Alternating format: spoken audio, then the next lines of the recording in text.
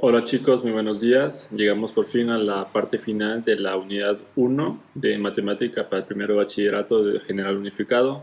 En esta sección vamos a tratar la parte de estadística y probabilidad, empezando con medidas de tendencia central. Bueno, esas medidas de tendencia central son herramientas estadísticas que nos ayudan a tener una idea más clara sobre qué información nos da un grupo de datos específico. Con esto vamos a poder saber para qué, cómo lo podemos utilizar, qué idea general sobre un grupo de datos vamos a tener. También vamos a saber si los datos están bastante regulares o muy dispersos, se los puede comparar con otro tipo de datos, etcétera, etcétera, etcétera. Vamos empezando con un ejemplo claro que nos propone el libro de trabajo. El ejemplo nos dice que se ha encuestado a un grupo de 10 personas sobre el tiempo en que tardan en matricular su vehículo.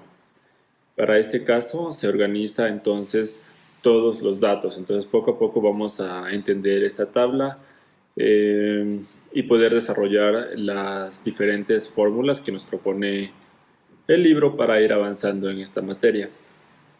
Por ejemplo, aquí tenemos el tiempo variable, o sea, el tiempo en que tarda cada persona. Tenemos aproximadamente, tenemos 6 datos.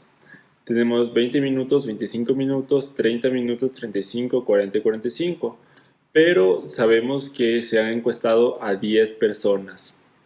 Entonces, por cada dato tenemos el número exacto de personas que dijeron esta respuesta. 20 minutos la dijeron 2 personas, 25 3 personas y así sucesivamente, hasta obtener la suma de 10 personas. Este dato de aquí se llama frecuencia o frecuencia absoluta, que es el número de datos que vamos a tener al final o el número de personas que se han encuestado para este ejemplo.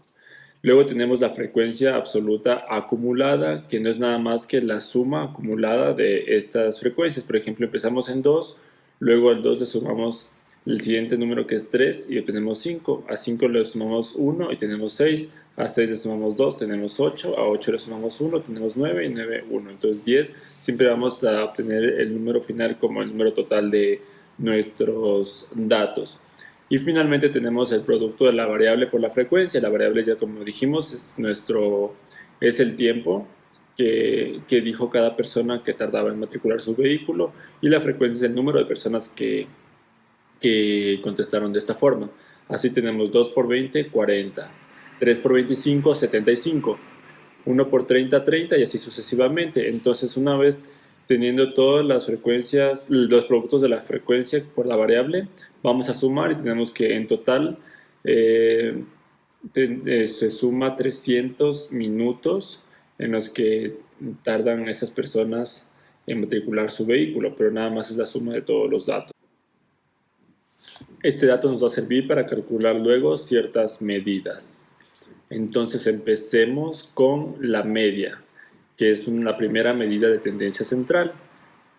Aquí vamos a hacer el mismo ejemplo, los mismos datos, pero primero revisaremos el concepto. La media o promedio corresponde al cociente entre la suma de total de los datos y el número de ellos, o sea, n. Entonces aquí el número total de los datos es los 300 porque hemos sumado, porque 300 realmente es el número que queremos analizar para ver cuánto tiempo tardan las personas en matricularlo. Y el número n es el número de datos que tenemos, es decir, el número de personas encuestadas, en este caso 10. Como vemos en el ejemplo, aquí se ha calculado con una fórmula más elaborada.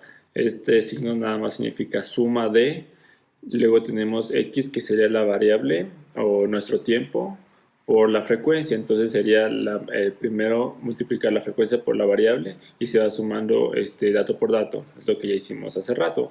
Es multiplicar 20 por 2, 25 por 3, 30 por 1 y al final se suma todo como indica la fórmula, por sumatoria. Y se divide para el número n de datos, que sería 10. Y tenemos como resultado que en promedio 30 minutos se tardan las 10 personas encuestadas. Quiero quiero aclarar desde ahora, en la estadística es muy importante tener en cuenta ciertas fórmulas, saberse las fórmulas y todo, pero lo más importante es saber interpretar los resultados, qué quiere decir este resultado. Y así poco a poco vamos elaborando nuestro criterio para tener un conocimiento de estadística más sofisticado. Luego vemos la mediana, igual con el mismo ejemplo. La mediana nos dice que es el valor central de un conjunto de datos dispuestos en orden. Si el número de datos es impar, es el valor central. Si el número de datos es par, es la semisuma de dos valores centrales. Entonces pongámoslo así. Es como desglosar todos estos números, todos los tiempos que tenemos, y ubicarlos en una línea recta. Digamos, tendríamos 20, 20, 25, 25, 25, 30, 35, 35 y así sucesivamente vamos a tener todos los números. Una vez que tenemos todos los números que va a ser igual a 10, en este caso como es un número par, vamos a la mitad que sería entre 5 y 6, ¿verdad? Y entre esos dos números vamos a sacar una media que nos da como resultado la mediana. En este caso lo vamos a hacer de una forma más fácil, que es con una fórmula. Primero vamos a calcular la mitad de los datos, que sería 5. Aquí vemos n es igual a 10 personas encuestadas. Y luego lo que hacemos es calcular la mediana cuando nos vamos a ese número 5. Por ejemplo, vamos a la frecuencia absoluta, que está aquí. Entonces ahí vemos que están los datos entre 25 y el siguiente, que sería el número 6 de los datos, sería 30. Entonces hacemos una media entre 25 y 30, que nos da como resultado 27.5. Entonces la mediana nos indica que 27.5 minutos se tarda las personas en matricular su carro. Este dato nos resulta más útil cuando, por ejemplo, tenemos datos muy dispersos en nuestra recogida de datos. Por ejemplo, que aquí tuviéramos 10 y acá tuviéramos 600. Entonces, un promedio entre 10 y 600 realmente no nos dice mucho. O sea, no nos va a ayudar a tener una idea central sobre los datos que hemos recogido, sino que la mediana nos ayudaría a saber realmente cuál es el dato más representativo de la muestra. Luego tenemos la moda, y la moda no es nada más que el valor que ocurre con mayor frecuencia en un conjunto de datos. Entonces esto es súper fácil. Como sabemos que debemos utilizar la frecuencia o la mayor frecuencia, vamos y buscamos en nuestra tabla de frecuencias cuál es el mayor número. Y en este caso es el 3. Por tanto, nuestra moda corresponde a 25 minutos. Como se ve aquí. Listo. Ahora nos vamos con las medidas de dispersión. Una medida de dispersión nos ayudará a saber qué tan dispersos, tal como dice el término, están los datos. Ya había explicado antes. O sea, si tenemos, por ejemplo, datos que van de 10 a 15, podemos saber que nuestro resultado va a ser podemos saber que nuestro resultado va a ser un valor que se acerque mucho a la realidad. Podemos tener, por ejemplo, un 12, un 13 que va a representar a todos los datos recogidos. Pero si tenemos datos que están, digamos, de 10 a 600, como dije antes, y nada más sacamos una media, digamos 10 más 600 es 310, dividido para 2 es 152.5. Ese número no representa a ninguno de los datos en nuestra muestra o población. Es por eso que las medidas de dispersión nos ayudan a saber qué tan alejados de la realidad estamos cuando tomamos datos. La primera medida de dispersión es el rango. El rango no es nada más que cuando recogemos datos vamos a analizar el mayor número y el menor número. Sería x máximo y x mínimo, y vamos a restar, y ese sería nuestro rango. Por ejemplo, tenemos aquí que para un conjunto de datos A, con todos estos números, independiente del número de datos que tengamos, solamente vamos a analizar cuál es el menor número, x mínimo, en este caso sería 7.5, y luego cuál es x máximo, o sea, el mayor número, 8.3. por lo que aplicando la fórmula restando el mayor menos el menor, tenemos que es 0.8. Nuestro rango es de 0.8. Es para saber, para tener una idea bastante ligera sobre los datos que vamos a analizar, pero realmente no sirve de mucho, aunque nos da una primera idea. Luego tenemos una medida un poco más elaborada, un poco más compleja, que sería la desviación media. La desviación media consiste en analizar igualmente un conjunto de datos y aplicar esta fórmula. La fórmula nos dice lo siguiente: se saca el valor absoluto de la diferencia entre cada valor que tengamos en nuestro conjunto, es decir, aquí, menos la media aritmética o el promedio que hayamos calculado de esos datos. Sumando todos esos pares, esos valores absolutos, dividimos para el número n de... Finalmente tenemos la varianza. La varianza se define como igualmente un conjunto de datos reales, es decir, que n sea mayor a 2. Para el primer caso, para este caso, en la varianza se hace una distinción entre dos términos estadísticos muy importantes. Tenemos primero la población y luego una muestra. Una población es el total de los datos que vayamos a utilizar. Por ejemplo, si vamos a hablar de la población del Ecuador, estaríamos hablando de los 16 o 17 millones de ciudadanos que viven en este país. Esa sería la población.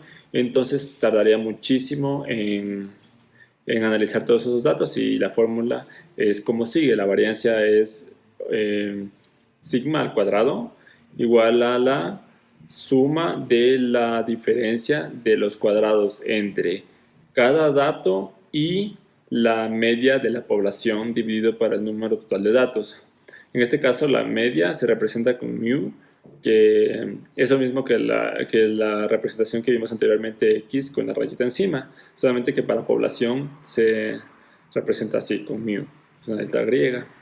Luego tenemos, ahora sí, para una muestra, ya en una población, una muestra sería extraer cierto número de individuos de la población. Por ejemplo, de Ecuador, que tomemos 100.000 personas, ya se considera una muestra porque no es el total de la población. Entonces, para este caso la fórmula es muy parecida, lo único que cambia es el denominador donde se resta n menos 1, es decir, el total de datos recogidos menos 1. Y aquí sí se representa la media con x con la rayita, porque ya se habla de una muestra y no de la población. Luego tenemos la desviación estándar. La desviación estándar es exactamente lo mismo que la varianza, solamente que se ha extraído la raíz cuadrada. Esta sigma ya no es sigma al cuadrado, y como ven se saca la raíz cuadrada del dato total.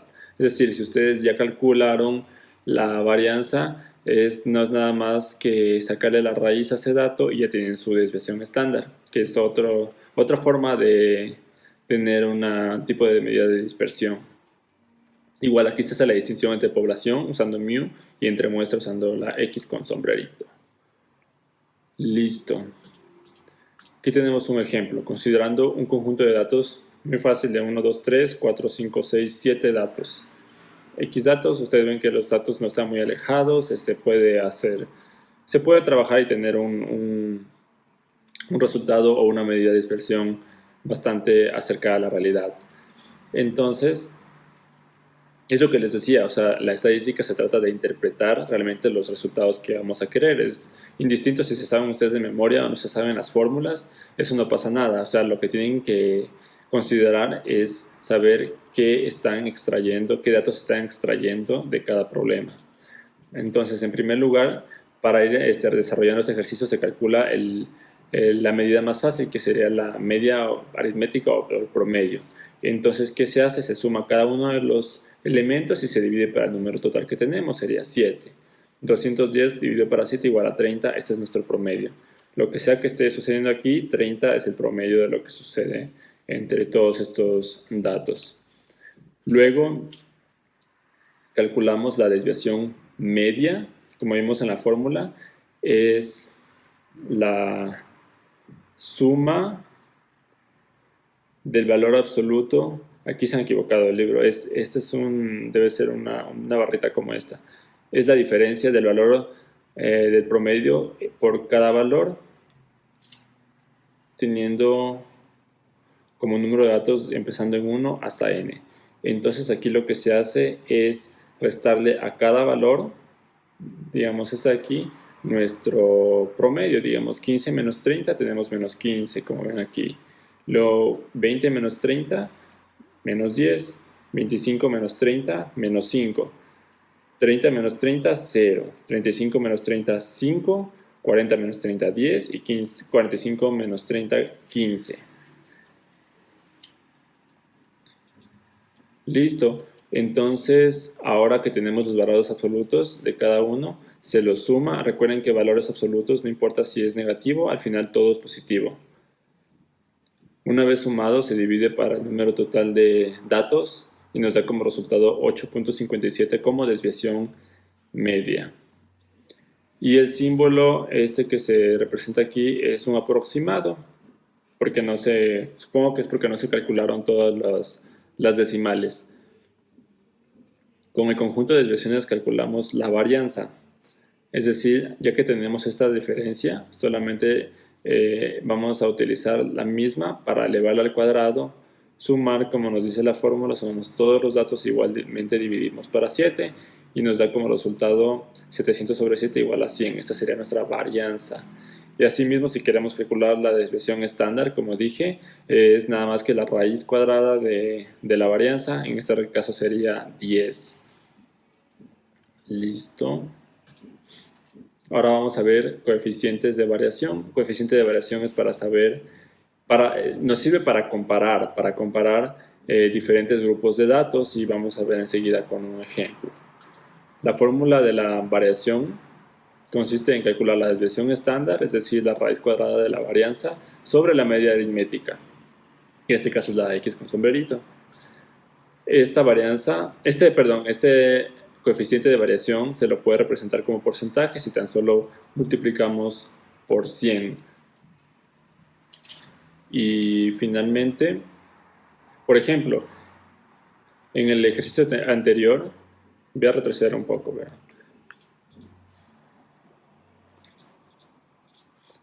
En este ejercicio calculamos 30 como media y acuérdense 100 como desviación estándar. Entonces si dividimos 100 para 30, tenemos como resultado, voy a hacer en mi calculadora,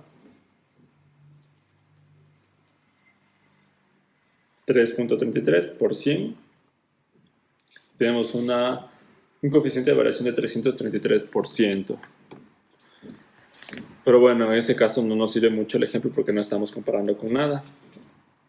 A continuación veremos el ejemplo más claro. Tenemos que la primera parte del ejercicio nos dice así: la masa en kilogramos de 5 estudiantes del colegio de 14 años de edad se muestra en el conjunto C. Entonces la masa en kilogramos son 54, 49, 49, 52 y 56. Entonces primero se calcula la media aritmética. Aquí la calcularon enseguida, yo les quiero mostrar cómo se hace para que vayan recordando y vayan asimilando cada paso de este tipo de problemas. Se suman todos los datos que tenemos aquí, 54, 49, 49, 52, 56, y se divide por el número de datos que contamos, 1, 2, 3, 4, 5. Y eso nos da como resultado 52 kilogramos. Y luego calculamos la desviación estándar, que es la que necesitamos para calcular el coeficiente de variación. Aquí ya la calcularon enseguida, yo les quiero mostrar cómo se hace. Se calcula a partir de la varianza, que es tomar cada valor y restarle el valor promedio o la media aritmética. Se le resta y ustedes saben que igual esto se toma como un valor absoluto, o al estar elevado al cuadrado también el resultado siempre va a ser positivo. Una vez que restan esto, esto lo pueden hacer tranquilamente en su cuaderno a mano para que no haya ninguna confusión. Y se divide para, como vimos anteriormente, cuando se habla de una muestra, no estamos hablando de todo el colegio, estamos hablando de una muestra. Se resta al número de datos una unidad, es decir, 5 menos 4, 1. Y la desviación estándar corresponde a la raíz cuadrada de este dato y nos da como resultado 2.78. Luego tenemos el coeficiente de variación expresado en porcentaje, que es la división entre la desviación estándar sobre la media, y nos da 5.35%. Pero bueno, tener ese número no nos dice nada. Es por eso que el ejercicio tiene una segunda parte en la que se analiza 5 estudiantes más, pero de 10 años, ya no de 14. Y aquí tenemos el peso entre ellos. Y bueno, se calcula a sí mismo, se suma todos los datos y se los divide por el número de datos, con lo cual se tiene una media aritmética. Luego tenemos la desviación estándar, que consiste en calcular igualmente la varianza y sacar la raíz cuadrada. Es la diferencia entre cada dato y la media al cuadrado dividido por el número de datos menos, aquí menos 1 debería ser. 1, 2, 3, 4, 5. Creo que aquí hubo un error en el libro. De hecho, debería ser dividido para 4, como el ejemplo anterior. Claro, debería ser así mismo. Pero bueno, igualmente se dividen ambos términos, se multiplica por 100 y tenemos como resultado 6.42%. Y ya dije, les repito, lo importante de la estadística es saber interpretar qué nos quieren decir este tipo de datos. Aquí tenemos que la respuesta es: de estos resultados se concluye que la dispersión de las masas de los estudiantes a la edad de 10 años es ligeramente mayor que a los 14 años. Es decir, que a los 10 años se va a encontrar datos más dispersos o diferentes datos más variados de peso respecto a los 14 años. A los 14 años vamos a encontrar niños que pesan similar entre ellos, pero bueno, con una diferencia muy pequeña. Y eso sería todo por hoy. Espero que realmente les haya gustado, hayan entendido esta parte de la estadística. Es muy interesante si le prestan atención. En el taller que voy a elaborar para el final de unidad, les estaré indicando ciertos ejercicios, no muchos, nada más para que sigan repasando ese tipo de fórmulas, se asimilen, se acostumbren a ir interpretando los datos estadísticos que se calculan a partir de una recogida de datos, de una toma de datos o una encuesta. También quisiera crear un video para enseñarles a calcular todo esto en Excel, que es bastante práctico, bastante útil en el futuro. Espero se me dé la oportunidad, nos dé el tiempo para poder hacer esto, y si de verdad les gustaría, no duden en consultar a sus tutores también para organizar esta actividad. Nos vemos pronto. Hasta luego.